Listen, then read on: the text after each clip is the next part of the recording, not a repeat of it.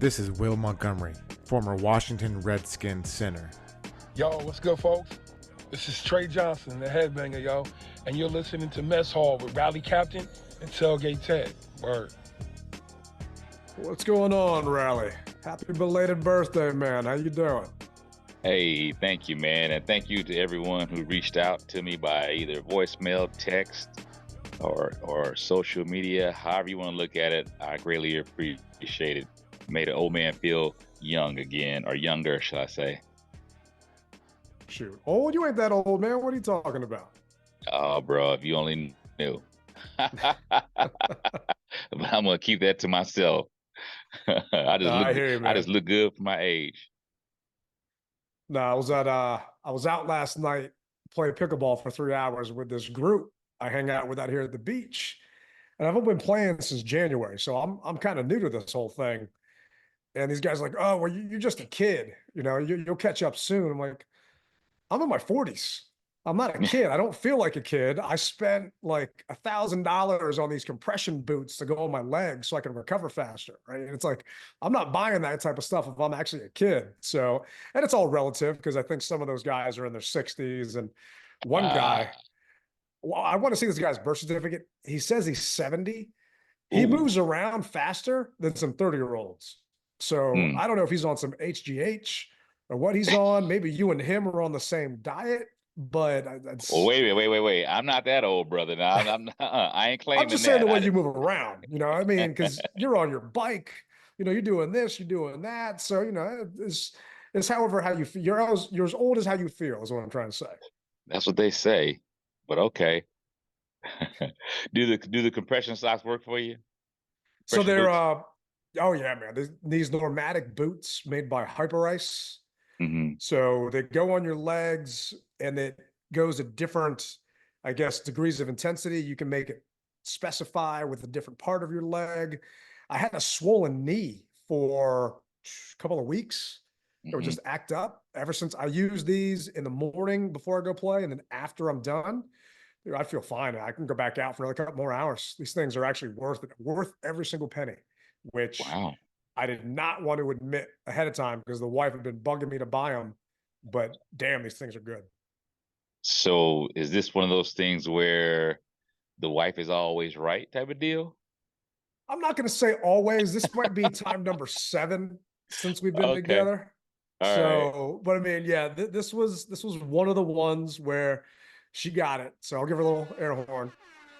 But, you know, usually she's right. I just don't want to spend the money. I gotta tell you, yeah, I've been looking at something like that for myself after these bicycle rides because let's face it, the older that you get, you know, your body does not come back as fast that it used to. So I'm looking at something like that myself. So I'm gonna have to, we'll talk offline and we'll go from there and find out a little bit more about it. Yeah, I'll send you the one I got. I mean, it's pretty sweet and it's completely intact. It's all battery powered. You don't got to hook it up to a wall. Nice. There's no hoses. I can literally bust this thing out at the tailgate if I wanted to and just sit there in my chair, smoke my cigar, drink my beer, and have someone else cook. I mean, it's super portable.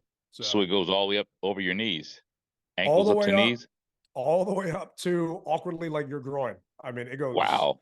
Yeah, it gets everything, man. All the lactic acid, like everything out. So it's pretty sweet.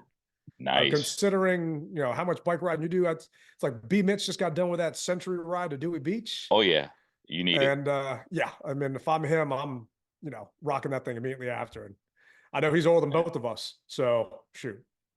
But he's also got more money than both of us, so he could probably have a pair of these in every single house. This is definitely true. But glad to see you got a chance to relax, got out of here, you know, and now we finally got the first preseason game coming up this Saturday. How much of it you plan on watching? Oh, all of it. I'm gonna watch all of it. And you gonna watch it live, or are you gonna watch it after the fact? Because it's at 12 o'clock on Saturday. Now, when you say watch it live, do you mean in the audience live or on television live? Which one do you mean? On TV live. Okay, yeah, I'm gonna watch it on television live. I'm gonna DVR it as well as I'm gonna watch it on television. So I just don't get me wrong. I love his team, right? It's the first preseason game against the Jets. where we're not going to see anything. It's going to be so vanilla. But obviously, I want to see it. I just don't know if I want to sit there at 12 o'clock on one of the last Saturdays in the summer watching just garbage preseason. So Well, I feel like I'm going to watch it after the fact. I'm going to tell you why I want to watch it, just like 99.9% of our fan base wants to watch it. Jayden's getting the start. And as vanilla as it may be, I want to see the young man for the first time in burgundy and gold. That's what I want to see. And no one's going to take that away from me. We've been waiting all this time to see that young man in burgundy and gold suit up, and the time has come. So the ratings are probably going to be through the roof. I'll say that. Oh, they definitely will be. And I know some of our listeners right now are probably thinking, like, what? Ted's not going to watch it live? Let me preface this by saying we've got some 8 to 10-foot waves coming into the beach this weekend because of little Debbie coming to town. So I And not the might snack be. cakes. No, not the snack cakes. That storm from Florida is making its way up here. So I might be in the ocean come time, and I'm going to shut my cell phone off, put it on Do Not Disturb, because I don't want anyone to spoil anything for me. But this is actually what Dan Quinn had to say about Jayden starting on Saturday. Is Jayden Daniels QB1 on the first depth chart? And on the first unofficial depth chart, he is. Will he start Saturday? The first unofficial depth chart, okay. He will. So did you have any doubt? Because they hadn't named Jayden QB1. And this is the first unofficial depth chart. So not sure if that even really matters. But did you have any doubt that Jayden would start this Saturday, or do you think Marcus was going to start? Well, we've been talking about this for a while now, and we know that they did not bring Mariota here to start. Jayden is your number one guy, and I've always said if the ones are out there, the true ones, if the ones are out there, that young man needs to be out there with the ones. And the minute that you pull the ones, you pull him as well. So in my mind, it's never been a doubt.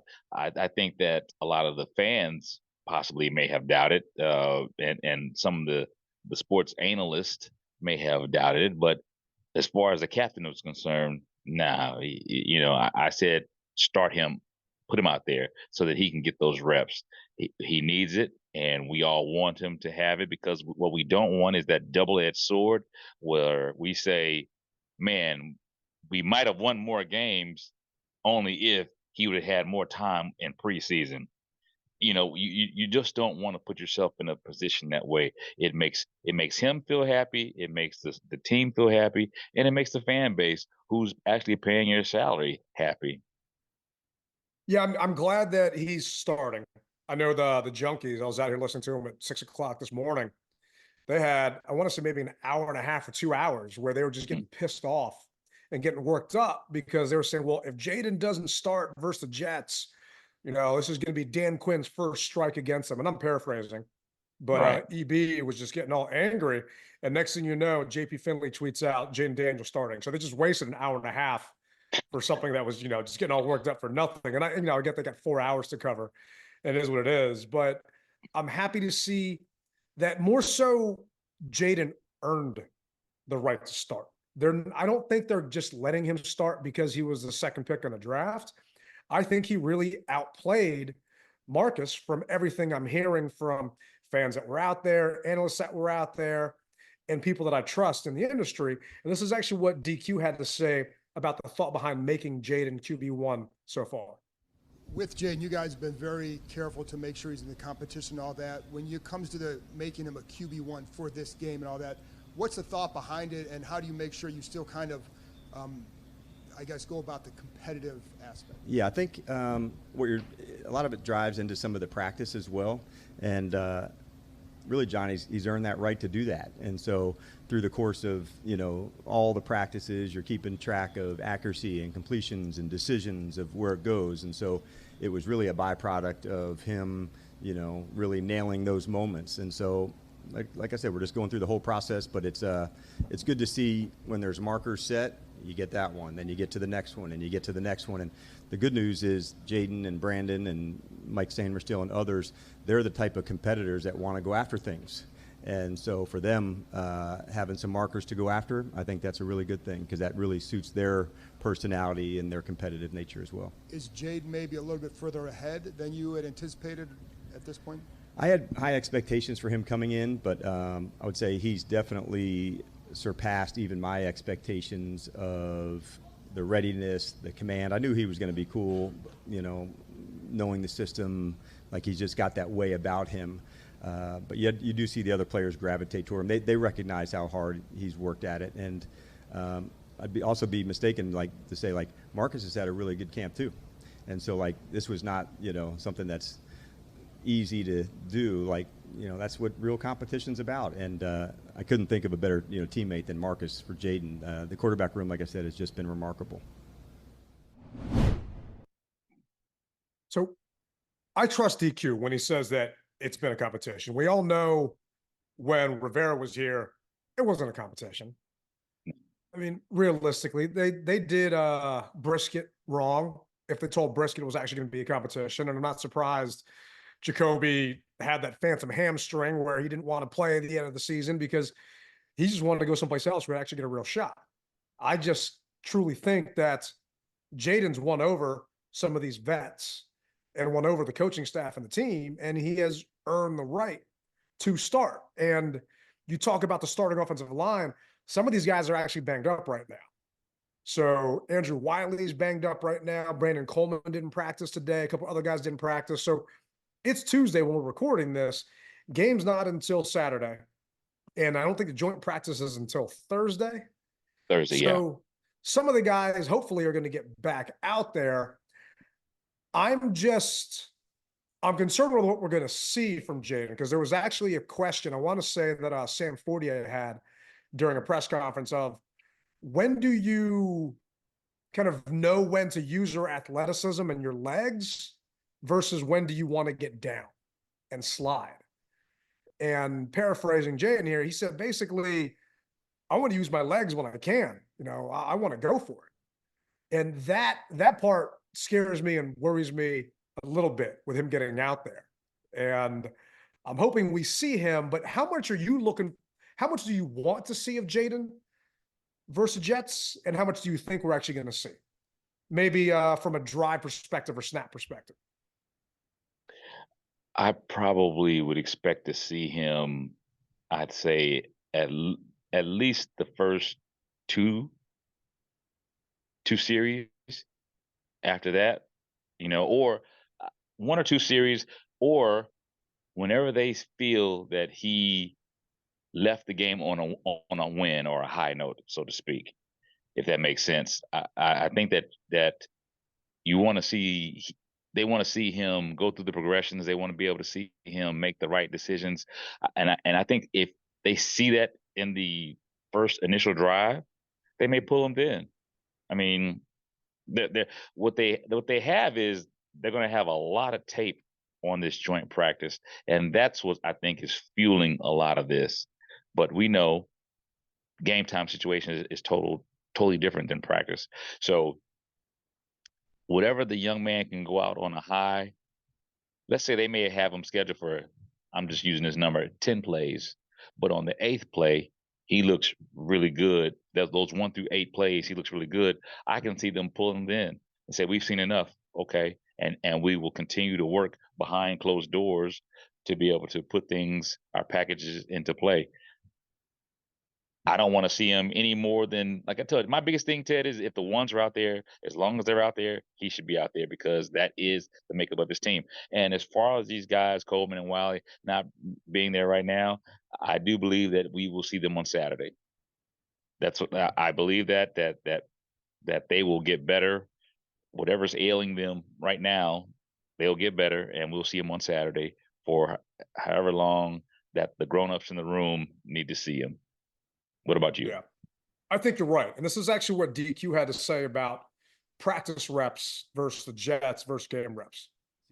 It also is about the practices too, because guys like Jayden will get more, you know, reps in those practices than they likely will in the games. And so they count a lot too. And that's why I'm a proponent of the practices and doing it one day, off day, then play the game. I really like that format.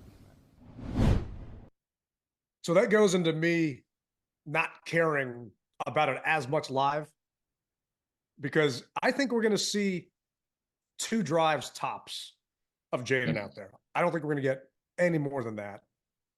It's just tough, though, because you only have 3 preseason games. Odds are he's not going to play in the 3rd and final preseason game, even though there's still a couple more weeks before the regular season. I just doubt we're going to see him then. I'm hoping against the Dolphins we see him an entire half, but who knows if that's actually what's going to happen, because, you talk, he's got to be behind the ones, right? I don't want him going up there and he's got, a bunch of other, 3rd string, 4th string offensive linemen in front of him because we're banged up for whatever reason.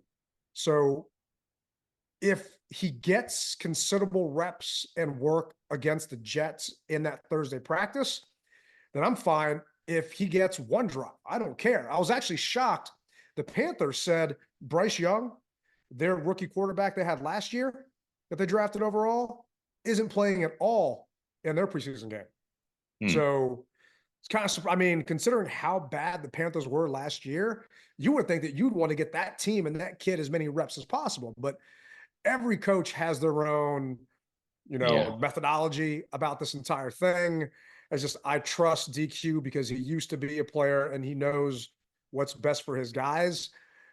I'm thinking like you, it's going to be 2 series, 2 drives, except even if he ends it with a pick, I don't think they're going to put him back out there, right? I just think that they're going to try and see what he can do. And this, to me, we'll see what kind of play caller Cliff Kingsbury is, right? Is he going to make sure that Jayden gets it out of his hands quick, not put him in some of those sticky situations? How's he going to be? Because this is the first time going up against other people other than practice. And I wonder if the Jets are going to stream that practice. I hope they are. I'm just not sure if they will be, because I'd take off on Thursday just to watch the practice, because that to me is a lot more important than catching this game. Yeah, I'm actually wondering, are they going to YouTube it or figure out some way to stream it so that people can see it a little bit like Baltimore did? That'll be one of the biggest questions I think that we need to ask. But nevertheless, even if they don't, I'll be glued to the TV on Saturday. And now, after he exits and he makes his debut, I may turn it off then, but my eyes will be glued to see number 5 in the burgundy and gold. Yeah, I don't blame you. And maybe I can maybe the iPad will get good enough signal out there at the beach and I can watch it from there in between some sets, but we'll see how it goes. But this is actually what DQ had to say about what he gets out of the joint practices. And keep in mind, we didn't have any of these, because other than last year with the Ravens, when Ron was here, we didn't do a joint practice with anybody. I don't feel that anyone really wanted to deal with us or come to town to practice with us. And now we're finally doing it with 2 teams. So I'm looking forward to it. This is what DQ Adults are running the team now, man. They definitely are, man. It's a breath of fresh air. This week, you get to go to Jersey and joint practice. What do you get out of those, per se? A lot. I think, one, you get also some evaluations check, against different people in different situations. This rusher, this defense, this front, this look, those are the things that you like, when you're seeing a matchup. It's not necessarily scheme related. It's just seeing, I'm looking forward to seeing Brandon Coleman. They've got some good rushers on the outside, and what a good test for him. So it's like a small example like that to say, all right, whether it's their defense, our offense, their, however that goes, the balance of it, that's usually what I'm looking for into that spot. It's, in some instances, it's even better than the games, because as coaches, we can script, with their guys, hey, I'd like to see this matchup. Yep, good with that. Let's call this. So having that type of, conversation helps a lot. And so having, the ability to communicate with Robert and Nathaniel and Brick, that helps, because then Cliff and Joe and the guys, we can all be on the same page. Yep, want to see this, want to see that. And that's how we all get better. Did you have a chance to see the Commanders' new depth chart, the unofficial depth chart? I took a glance at it, and from what I saw, everything looked to be in place. I mean, what we as fans need to do is trust the guys that are hired. And I think that obviously because they spend so much time with these guys watching rep after rep, they know where those guys need to be as far as on the depth chart is concerned. So I'm satisfied with it. Are you satisfied? So I'm happy about it. I'm surprised about a couple of different things. I'm surprised Okay. that Brandon Coleman beat out Cornelius Lucas already. Right? Why? I mean, because he's a rookie at that point, and Okay. Luke has been here. I'm happy to see that though, because to me that was my big question going into camp. Can Brandon Coleman be that starting left tackle? Mm-hmm. So to have Brandon start over Luke in the first game to me is massive. And I don't see Dan Quinn and the guys doing something to hype up people's ego and help them out. I think that means that Coleman won out and it's his spot. And this is actually what DQ had to say about Brandon. Brandon Coleman, what have you liked from him, and is he a starter on the unofficial depth chart? Yes, he is. And he's really had a good camp. I've seen a couple things that happened. We were referring to some injuries earlier. So when Wiley went down in practice, we moved Brandon over to right tackle for 20, 25 snaps that day. No problem. And he's just got a good demeanor. He's very intentional about his practice. And but both he and Jayden have earned that right, to start for this first preseason game. Like I said to you, everybody earlier, this is the first good step, and that's what it should be. So we heard all the stats about his RAS score, his athleticism. I mean, I know everyone's gonna be looking at Jayden, right? You can't help but want to watch him. Having played offensive line, not at a very competitive level, I'm just talking high school, I've always gravitated to watching the linemen. I want to see how Coleman can hold up, because one of the main reasons why I didn't want to trade for Aiyuk, on top of the fact that I thought it was ridiculous, he's a drama queen, it's way too much money, is we don't know if we have the right offensive line. And left tackle, we haven't had a left tackle. I'm sorry, no offense to Charles Leno, but we haven't had left tackle since Big Trent, right? And no one can, fit in Trent's shoes. But if Coleman can actually truly be the one guy, then that is a massive hole, because left tackles do not hit free agency. If you are a good left tackle, and once again, no offense to Charles that was here, but if you're a good left tackle, you do not hit free agency. You get franchise, you stay with your team, you don't get traded. You have to find them in the draft. And seeing that, once again, he is going to be that guy for now, to me speaks volumes, because nobody had Brandon Coleman being a starting left tackle for this team right off the bat. A lot of the pundits thought he was going to be a guard. It just goes to show you, you never can underestimate the will of a person. And obviously, he knew why they brought him here. And it's situations like that make you quell the naysayers. And I'm very happy, because that shows me that obviously a big spotlight was placed on the kid. And he says, okay, all right, I know I got a lot of doubters.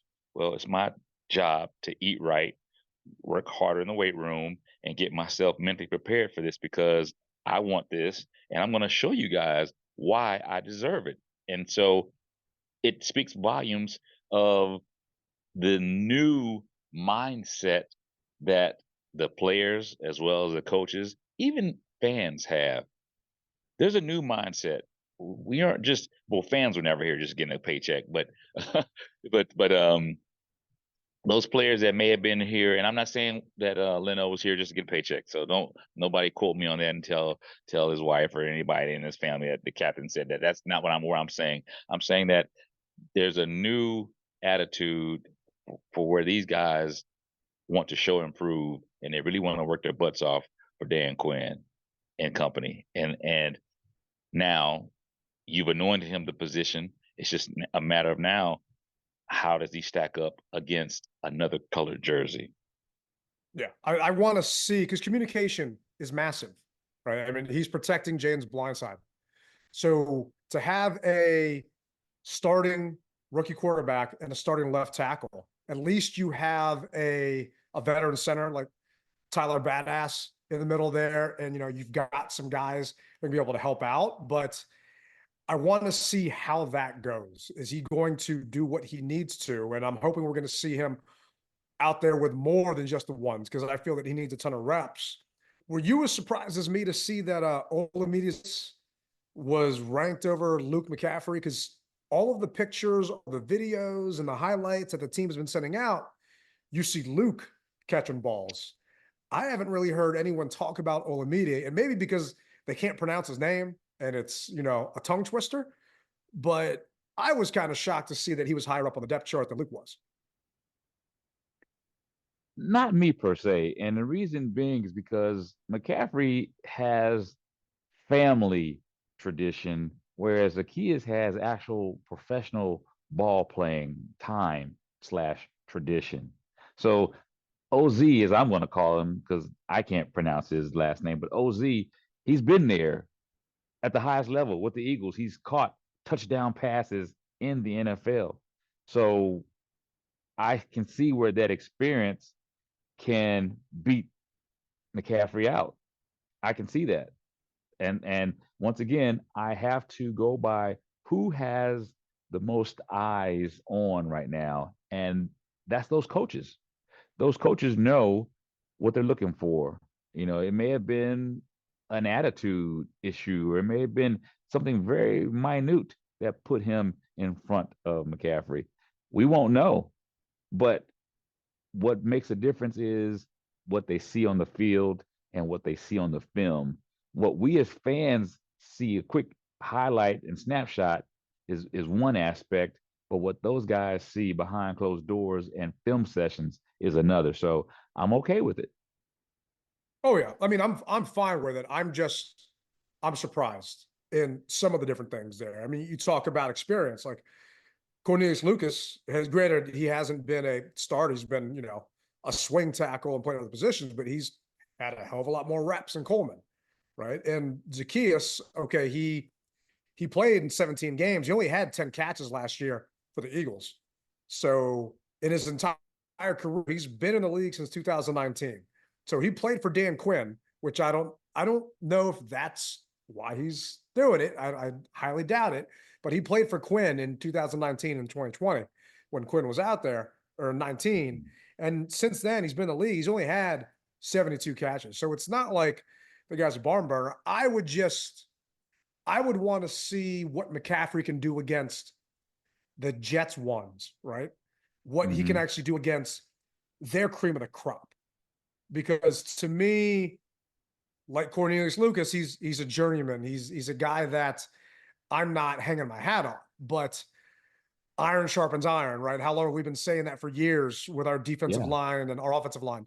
Well, let's see because this Jets defense is a damn good defense. Definitely. Let's see what these guys can do against it. And it's the first game, and the practice is really what matters. And it is what it is. But I was also surprised to see that Emmanuel Forbes was on the back of that depth chart.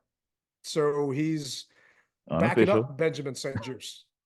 Unofficial, yes, unofficial. Yeah. So, well, once again, man, I mean, it comes down to the number of eyes when they are collectively watching the tape and saying, you know what, he's got to get better on this aspect, or right now, St. Juice is a step faster than him, or whatever the case may be. So, as I said when we first opened up the pod, I don't have a problem with it, and I know you're surprised, but to a degree, at this juncture, I'm not surprised about anything that this command staff does as far as player personnel is concerned, because they know the type of player that they want playing for them and starting. Now, this also could be something that is used as a motivator for Forbes or anybody else that feels they should be first team. Nobody, they're not going to give it to you. You got to take it. So get out there, do what you got to do, and reclaim what you feel is yours. If not, you'll be that second, third, etc. Yeah, and maybe surprise is the right word with Forbes. It's more so disappointed, right? Because he was a first round pick. And I'm disappointed that, granted, it seems like everybody Ron Rivera drafted has just been a waste. I mean, Jamin Davis, you're hearing stories about, is Jamin even going to make the team? Right. And maybe this is people just talking because they're trying to get people to listen right now and it's clickbait and this and that. But you're hearing that Jaden's not getting any reps with the linebackers. He's primarily a down lineman rushing, right, in passing situations. So Forbes, right, our last first round pick, he's backing up Benjamin St. Juice. Well, Mike Sanders still, St. Juice and Michael Davis are out there starting. So it's things like that that remind me of the Vinny Serrato years where we just wasted draft picks. Your first round draft pick should be on your team for at least 5 years contributing. Agreed. Right? And Jamin, Chase is gone. He's out there in New Orleans right now, probably having a hurricane and living up life. Yeah. Jamin, not doing much, right? Jahan that we know of. Let's put it in perspective. That we know of. I have a feeling, Ted, that they're doing more with that young man than what meets the eye. Now, granted, it's just me. I don't have a camera on camp on the camp as far as games are concerned, but I honestly feel that they are not going to allow Jamin's talent to go to waste. They're going to use him in certain situations that technically he should have been used in to begin with the prior administration. So, as we know, these guys are putting these pieces together, and if he is just used in certain situations, I'm okay with it as long as we are getting the best out of the young man. And we know him wearing the green dot was not getting the best out of him. It just wasn't. Yeah. So put him in a position to where he can hunt, he can eat, he can do what he needs to do and flourish in the league. We always say that this league has a lot of second chances. And so this could be his second chance, if you will, a new administration. And we've heard the guys say, you know what, this is a breath of fresh air. So put him in a position to where you can utilize his length, his speediness, and his natural hunting ability, So I think he'll be all right. I really think, go ahead, shoot. I think he'll be all right. I don't think he's on this team next year. I think the writing was on the wall when they didn't extend his fifth-year option. And I think he's gone this year. Unless he gets double-digit sacks, I don't see them bringing him back. And it's going to be interesting to see what happens because I think they're putting his hand in the dirt because they don't want him to have to think. They want him to just go after the quarterback. And that's not what he was drafted for. That's not where he was taken 19th overall in the draft. And it'll be interesting to see what happens because you talked about, watching Jaden's first series. The reason why I want to go back and watch the entire thing is because these other guys that are question marks.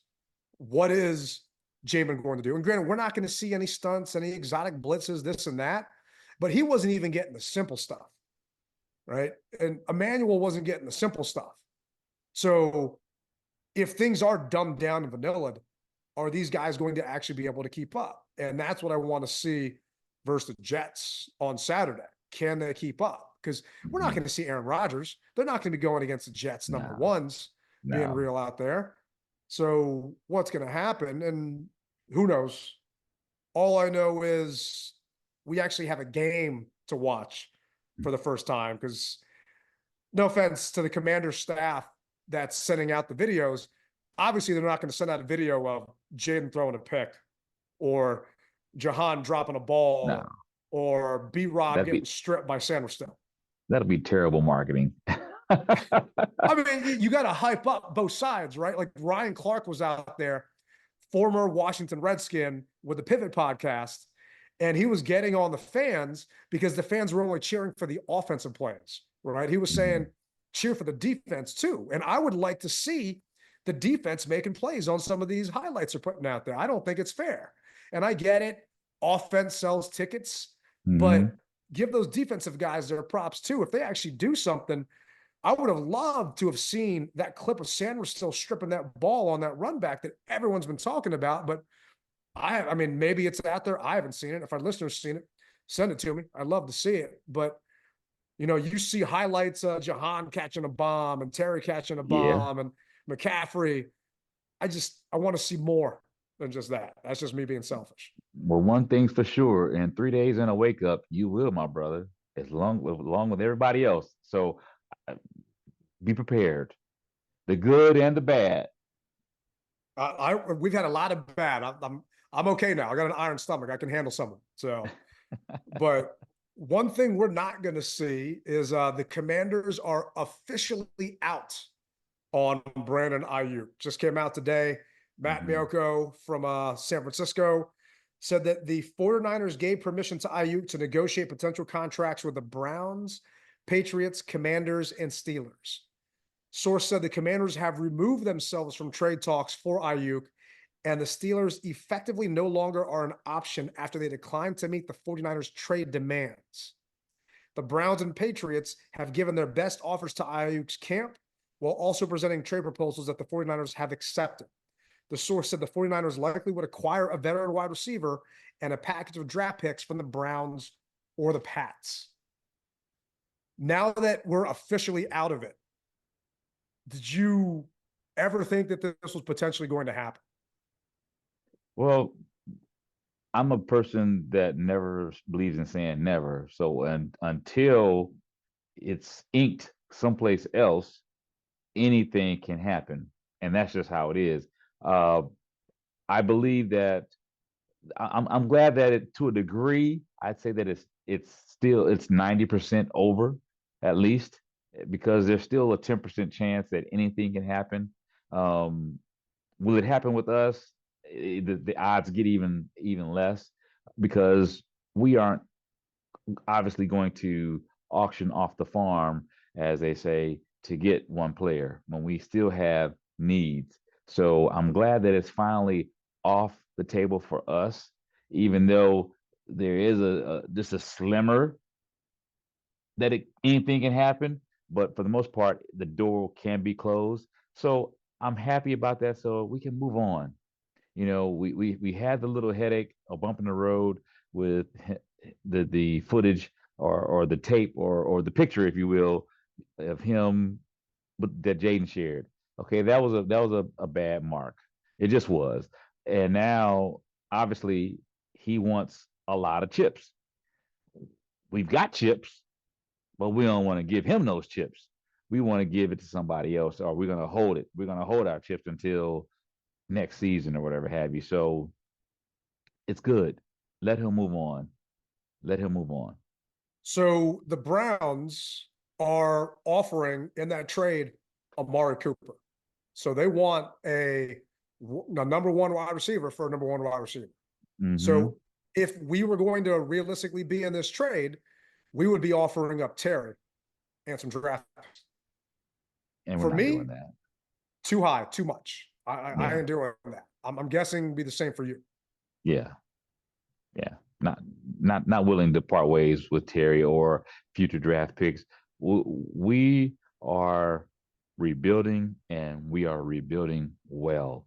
Let's keep up the great work. Yeah, I agree with you. You've got, and you know, I love our fellow fans, and they come up with so many hypotheticals. Like, there was actually one that said, let's offer De'Ami Brown and a second and a third for Aiyuk. Why the hell would the 49ers, who are the favorites to win the Super Bowl this year, want De'Ami Brown? Right? I don't even know if De'Ami Brown's going to make this squad. Why would the Niners do that? It's just, you know, it makes no sense. Just be real about it. Like, offer something. And this to me is people playing Madden, because you can make different trades with the computer and going back and forth and like, oh, I'm the best Madden GM because I just fleeced him for Derrick Henry and I gave him, you know, a punter and something else. Like, this ain't Madden, right? This is the real world. This is Adam Peters, and he's not going to sacrifice the future of this team. The future of this team has been so bleak because we're looking at this unofficial depth chart now.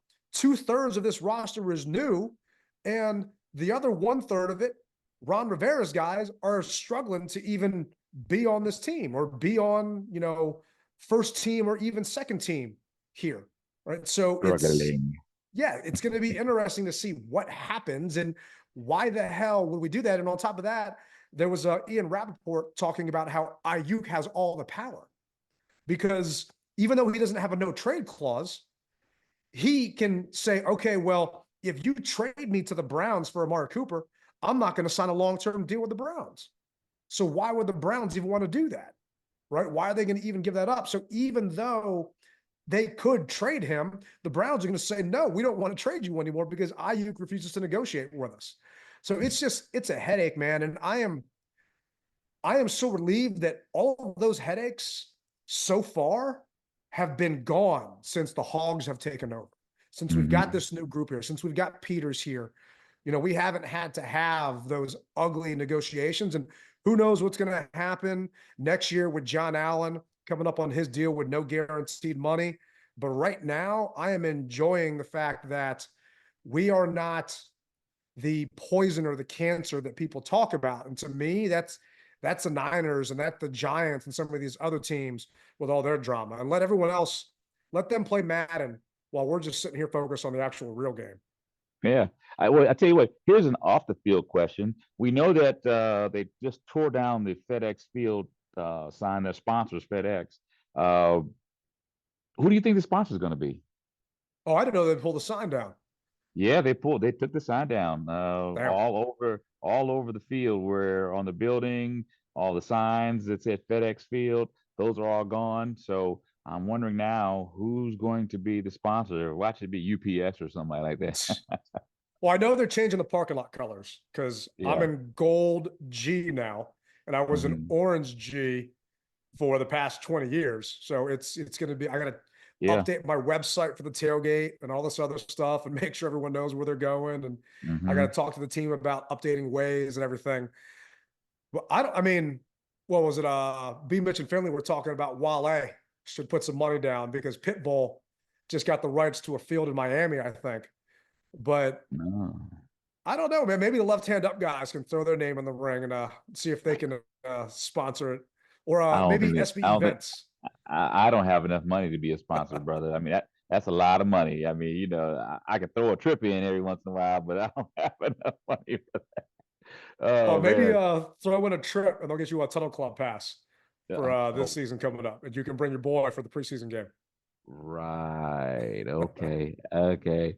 Yeah, that's going to be interesting because I got to be able to put it on the other side of my flag, because right now when you look at my flag, you see FedEx Field because that was the field. So now I've got to be able to put the next name on my flag of who the stadium is going to be named after. So, yeah. Is there going to be enough room? Or are you going to have to get like a leaflet that they have to add to those dining room tables and like stitch it on the bottom and make the flag a little wider? We will make room, brother. It's going on there. It's going on there. Maybe for the next flag down the road, maybe just put like not the actual name of the field, but just a stitch picture of the stadium, right? And you can just have that on there because it takes up less room. I don't know. We'll see. But home always goes on top. So I'll figure it out. And my seamstress will figure it out. We'll get it up there, So is this the season that the flag's officially done? No. You're going to hit all the stadiums this season or no? No. I have one more to go, and that's Pittsburgh. Okay. I thought it was Cincy for some reason. Okay. It's Pittsburgh. Yeah.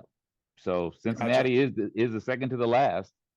If ever we decide we could play Pittsburgh in the preseason, I would have made it. But unfortunately, that didn't happen. So I've got to wait until we decide to play them up at their stadium, which Heinz Field, which I'm really looking forward to. And a lot of people were saying, well, just go up to the stadium and watch them play another team, like Pittsburgh and Baltimore or something like that. And I was like, No, I don't want to do that. I want to. It's my flag, my rules. When the team plays, that's when it'll get it's etched onto the flag. So I'm waiting. So are you going to put Heinz Field, even though that's not the name of it anymore? Whatever the name of it is, when we play them will be what goes onto the flag. Because to me, it's always like, Jiffy Lube Live, right? For those of our listeners that are in Virginia, it's always Nissan Pavilion to me. It is, the name doesn't change, right? So I always think of it as that name. To me, Mhm. Even though it got blown up in that one Batman movie, it's always Heinz Field, right? It's not Acrisure Field. So even if you That's put that. Heinz Field on there, we all knew. What's the name of it now?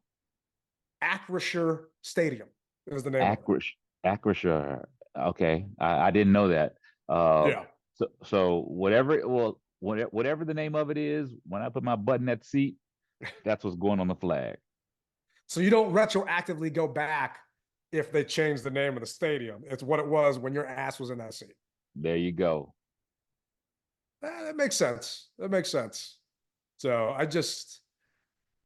I would still put Heinz Field. Because if I'm looking at that flag, no one's going to know what the hell that thing is. Like, oh, okay, you went to Heinz Field. Like, Acrisure? You go to like a JV football game? Was it like JMU playing somebody? So I need to hyphenate it or something. I would put Heinz and then parentheses Acrisure Stadium. At least that way they know it's Pittsburgh. That will PA will be on it's always the stadium name as well as the state. So we'll see. That might be and I've got room, so I might take you up on that. All right. Well, I'm looking forward to seeing whenever that happens and the flag's complete. It'll be a sad day. We're gonna have to hang that thing up in Canton or in the I think it was actually a guy I saw in the news trying to sell his $6 million Commanders collection, like Washington football collection to the Commanders. 6.5. Don't you give me a 0.5 on that. He worked hard. Who would praise this? Like That's what's in the collection?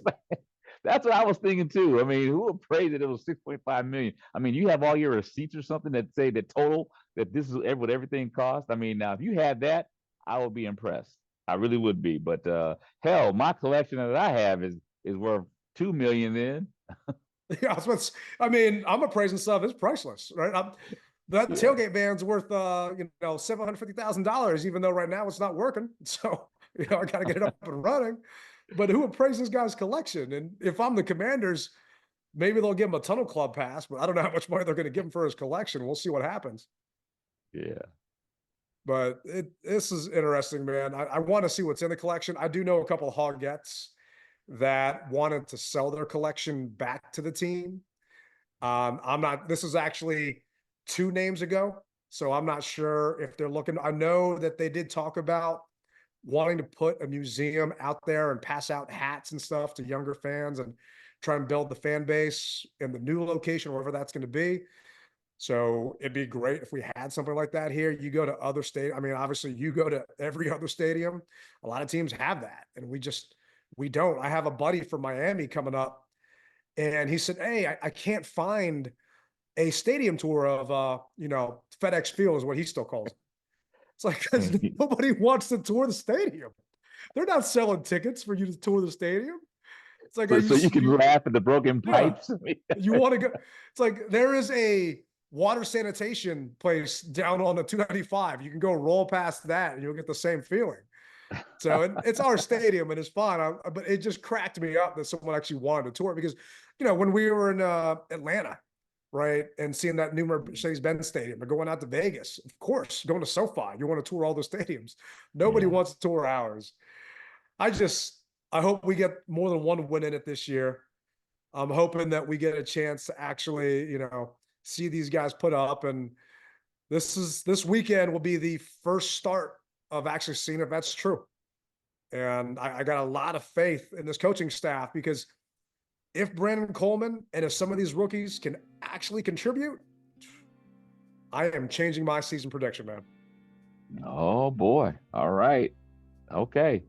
Well, I'm going to keep mine where it was, and I am happy to say that I need to actually go to the sports book and put some more money down because I believe we're going to be all right.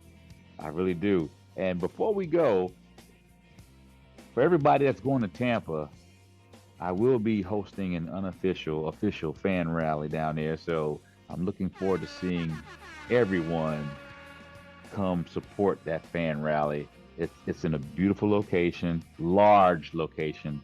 We're going to have a DJ. We're going to have giveaways. We're going to have maybe an alum still working on some things, but look forward to seeing everybody down there in Tampa, basically a month away. That's awesome, man. You're gonna have to take some videos for me, and oh yeah, remind me when we're done with this. I might have another alum for you. All right, sounds good. Well, I hear the music playing in the background, which lets me know, as I always say, we're bringing another edition of the DMV Mess Hall to a close. Thank you for riding with us. We greatly appreciate it. Like it, love it, subscribe to it, share it. All that stuff helps. It goes a long way. Well, remember, guys, you rep it hard or you don't rep it at all. Tailgate Ted, rally captain. 3 days in a wake up. You don't rep it at all, baby. We're out.